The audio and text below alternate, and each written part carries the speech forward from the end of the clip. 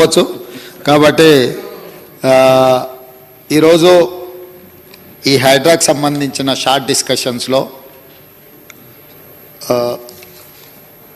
అక్బరుద్దీన్ ఓవైసీ గారు, డాక్టర్ పాల్వాయి హరీష్ బాబు గారు, దానం నాగేందర్ గారు చాలా విషయాలు మాట్లాడినరు. ప్రధానంగా హైదరాబాద్ నగరానికి సంబంధించిన చర్చ ఇది. దీనికి సంబంధించి వివిధ సందర్భాలలో వివిధ ప్రభుత్వాలు ఈ నగరాన్ని విశ్వనగరంగా మార్చడానికి వారి వారి శాయశక్తుల ప్రయత్నం చేసిండ్రు. కొన్ని అంశాలు అక్బరుద్దీన్ ఓవైసీ గారు ప్రస్తావించిండ్రు. కొన్ని విషయాలు నేను కూడా చెప్పదలుచుకున్నాను.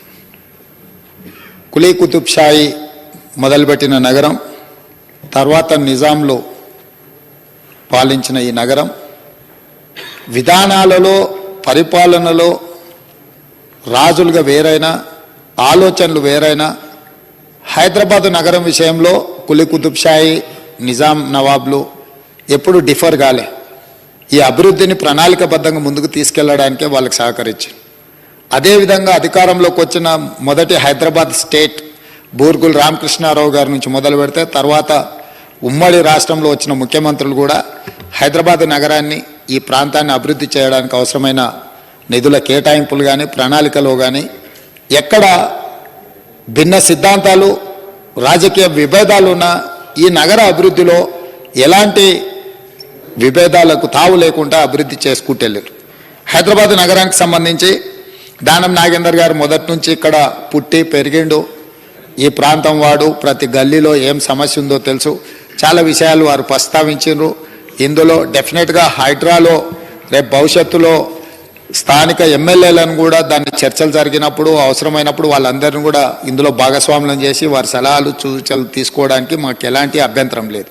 ఇక్కడ ప్రధానంగా హైడ్రా తీసుకురావడానికి ఉద్దేశాన్ని ఈరోజు తెలంగాణ రాష్ట్ర ప్రజలకు నేను చెప్పదలుచుకున్నా.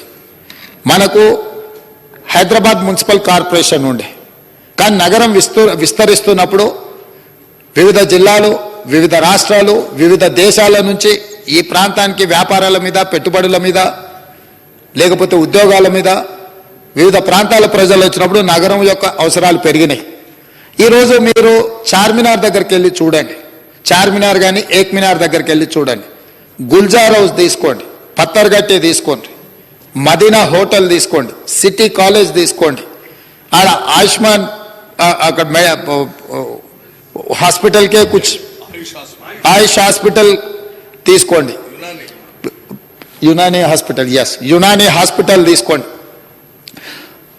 మీరు ఏదైనా అవసరానికి ఎక్కడి నుంచైనా వ్యాపార రూపంలో కానీ లేకపోతే ఇతర కొనుగోలు విషయంలో, బేగం బజార్ విషయంలో కానీ, మోజంజాయ్ మార్కెట్ కానీ, మీకు ఫ్రూట్స్ కొనాలంటే మోజంజాయ్ మార్కెట్లో దొరుకుతుండే, రకరకాల పక్షులు కావాలంటే కబూతర్ ఖానాకి వెళ్తే దొరుకుతుంది, మీకు రకరకాల రాళ్ళు వీటి నగిసీలు చెక్కడానికి పత్తర్గట్టిలో ఉంటుండే, అక్కడనే మీకు బట్టల కోసం మన కాడ వ్యవస్థ ఉన్నది, మీకు గాజులు లాడ్ బజార్, చుడియా అంటే ప్రపంచంలోనే ప్రసిద్ధిగాంచిన డిఫరెంట్ డిజైన్స్ మహిళల్ని ఆకర్షించడానికి అక్కడ రాజస్థానీ, బిహార్ నుంచి వచ్చిన కార్మికులు అక్కడ చుడి బజార్లో మీకు అక్కడ దొరుకుతాయి. గుల్జార్ హౌస్లో అధ్యక్ష ఈరోజు కూడా ప్రపంచంలో ఎక్కడ ఏ నోటైనా ఉండండి, ఎక్కడైనా చెల్లండి, రిజర్వ్ బ్యాంకులో కూడా చెల్లదో కానీ మీరు ఎలాంటి నోటు తీసుకెళ్ళినా గుల్జార్ హౌస్కి వెళ్తే పక్కనే కొన్ని షాపులు ఉంటాయి, మిమ్మల్ని ఇమ్మీడియట్గా తీసుకొని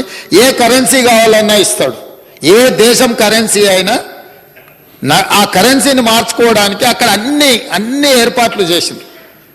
ఇవన్నీ కూడా నిజాం సర్కార్ ఇప్పుడు మన వాళ్ళు స్పెషల్ ఎకనామిక్ జోన్ అని, షాపింగ్ మాల్స్ అని, షాపింగ్ అవుట్లెట్స్ అని, మేము అమెరికాలో చూసి వచ్చినామని, లేకపోతే ఇతర దేశాలలో చూసి వచ్చినాం, దుబాయ్లో షాపింగ్ మాల్ పోతే అన్ని ఒక దగ్గర దొరుకుతాయి, ఇట్లాంటి మనం చర్చలు వింటున్నాం. 300 years back he has design for everything. ఏమి కావాలన్నా ఎవరు వచ్చినా, ఇంక్లూడింగ్ ఎంటర్టైన్మెంట్ కూడా, కవాలి కోసం, ముజరాల కోసం, మీకు మెహందీ బజార్ అక్కడ ఒక ఎంటర్టైన్మెంట్ అంటే ఎంటర్ప్రినర్స్ వచ్చినప్పుడు లేట్ ఇన్ ద ఈవినింగ్ వాళ్ళకి ఎక్కడికి వెళ్ళాలి అని అంటే అట్లాంటి ప్రాంతాలను కూడా అన్ని ఒక సంస్కృతిని నిజాం సర్కార్ మనకు ఓల్డ్ సిటీలో చార్మినార్ చుట్టూ ఒక మినార్, ఒక స్ట్రక్చర్ ఒక దేశం యొక్క సాంప్రదాయము లేకపోతే ఒక పరిపాలన యొక్క సింబాలిక్ స్ట్రక్చర్లో ఉంటుంది. అది ఈఫిల్ టవర్ కావచ్చు, లేకపోతే స్టాచ్యూ ఆఫ్ లిబర్టీ కావచ్చు. ఇట్లా ప్రతి నగరానికి, ప్రతి దేశానికి ఒకటి ఉన్నట్టు హైదరాబాద్ నగరానికి చార్మినార్ ఒక సింబల్ ఆఫ్ అవర్ కల్చర్.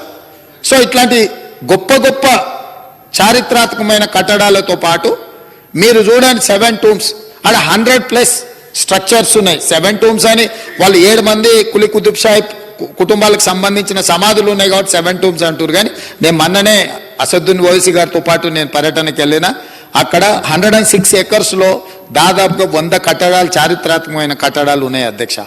అట్లా ప్రతి దగ్గర గోల్కొండ కోట నుంచి మొదలు పెడితే ఒక అద్భుతమైన నగరంగా హైదరాబాద్ విలసిల్లింది. ఈ అద్భుతమైన నగరము, ఇక్కడున్న వాతావరణం, ఈ దక్కన్ ప్లాటూన్, ఇక్కడున్న కల్చర్, ఇక్కడున్న రాక్ కల్చర్, హెరిటేజ్ ప్రిసెంట్స్, వీటన్నిటి వల్ల హైదరాబాద్కు ఒక గొప్ప పేరు వచ్చింది. ఇలా నగరం విస్తరిస్తుంది, అవసరాలు మారిపోయినాయి, పరిస్థితులు మారినాయి, సాంకేతిక నైపుణ్యం పెరిగింది. కాబట్టి ఇప్పుడున్న అవసరాల ప్రాతిపదికన రాబోయే 100 సంవత్సరాలకి ఏం అవసరం ఉందో ప్రపంచంలో ఉన్న అన్ని గొప్ప విషయాలను నేర్చుకొని, అది న్యూయార్క్ నుంచి మొదలు పెడితే చాలా దేశాలు స్టడీ చేసి ఈరోజు హైడ్రాని ఏర్పాటు చేసినాం అధ్యక్ష. ఈరోజు మా మిత్రుడు పాల్వే హరీష్ బాబు గారు పేరు మారుస్తే మనకు పేరు ఒక్కటే మార్చలే. ఇంతకుముందు greater Hyderabad area 600+ square kilometers, ఈరోజు హైడ్రాని 2000+ స్క్వేర్ కిలోమీటర్స్కి విస్తరించినము. Outer ring road inside Telangana core urban region, దీనికి ఒక ప్రణాళికబద్ధంగా ఎందుకు ఈరోజు మార్పులు తీసుకురావాల్సి వస్తుందంటే అధ్యక్ష, ఫర్ ఎగ్జాంపుల్ మేడ్చల్ శాసనసభ నియోజకవర్గం, నేను ఎక్కడైతే పార్లమెంట్కు ప్రాతినిధ్యం వహించిన మల్కాజ్గిరి పార్లమెంట్ ఉందో అందులో మేడ్చల్ అసెంబ్లీ. ఈ రింగ్ రోడ్ లోపల గ్రామ పంచాయతీలు ఉన్నాయి, మున్సిపాలిటీస్ ఉన్నాయి, మున్సిపల్ కార్పొరేషన్ ఉంది, జిహెచ్ఎంసీ ఉంది. 4 రకాల పరిపాలనలు లోకల్ అథారిటీస్ ఉండడంతో గ్రామ పంచాయతీలు వాడు 20 feet రోడ్ వేస్తున్నాడు. మున్సిపాలిటీలో ఇల్లీగల్ కన్స్ట్రక్షన్ మేనేజ్మెంట్ లేకపోవడం వల్ల వాళ్ళు ఒక రకమైన విధానం తీసుకొస్తున్నారు. మున్సిపల్ కార్పొరేషన్ బోడుప్పల్ లాంటి 3 ఒక్క మేడ్చల్ అసెంబ్లీలు ఉన్నాయి, 7 మున్సిపాలిటీస్లు ఉన్నాయి, 3 మున్సిపల్ కార్పొరేషన్స్ ఉన్నాయి అధ్యక్ష, ఓన్లీ 1 అసెంబ్లీ. సో ఇవన్నీ కూడా భిన్నమైన పరిపాలన విధాలు, నియమ నిబంధనలు ఉన్న గ్రామ పంచాయతీలు, మున్సిపాలిటీసు, మున్సిపల్ కార్పొరేషన్లు, జిహెచ్ఎంసీ ఉండడం వల్ల ఈ అధికారుల మధ్యలో ఒక సమన్వయం లేదు. ఇవాళ హైదరాబాద్ నగరం నుంచి మనము హైదరాబాద్ నగరం దాటాలి, రింగ్ రోడ్డు దాటాలి అని నగరం మధ్యలో నుంచి వెళ్ళాలనుకున్నప్పుడు జిహెచ్ఎంసీలో 100 feet రోడ్డు ఉంటే మిగతా కార్పొరేషన్కి వెళ్తే 80 feet రోడ్ అవుతుంది, మున్సిపాలిటీలకు పోతే 40 feet రోడ్ అవుతుంది, గ్రామ పంచాయతీకి పోతే 20 feet రోడ్ అవుతుంది అధ్యక్ష. సో ఇక్కడ బయలుదేరిన ట్రాఫిక్ చివరికి బాటిల్ నెక్ లాగా అక్కడికి వెళ్ళిపోయి ఆ ట్రాఫిక్ జామ్లు ఇరుక్కుంటున్నాం అధ్యక్ష. నెంబర్ 1 నాలాలు, హైదరాబాద్ లేక్ సిటీ.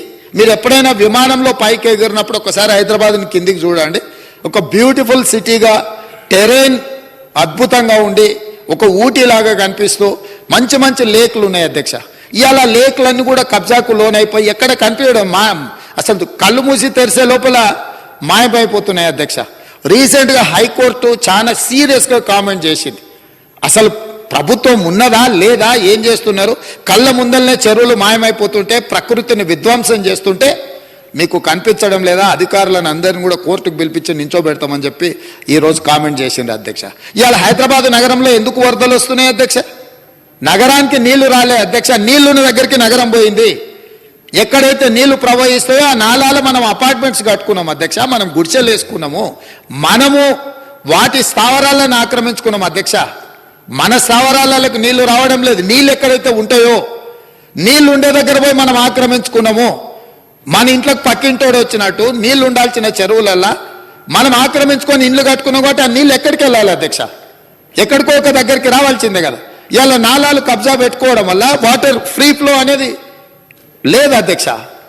ఈ వాటర్ ఫ్రీ ఫ్లో లేకపోవడం వల్ల ఇప్పుడున్న వెదర్ కండిషన్స్లో ఇంతకుముందు 2 centimeters per hour లాగా మన రోడ్లు, మన డ్రైనేజ్, మన స్టామ్ వాటర్ డిజైన్ చేసినాం అధ్యక్ష హైదరాబాద్లో.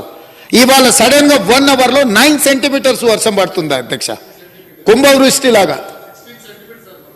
అప్పుడప్పుడు 16 centimeters అంటున్నాడు మా దానం నాగేందర్ గారు.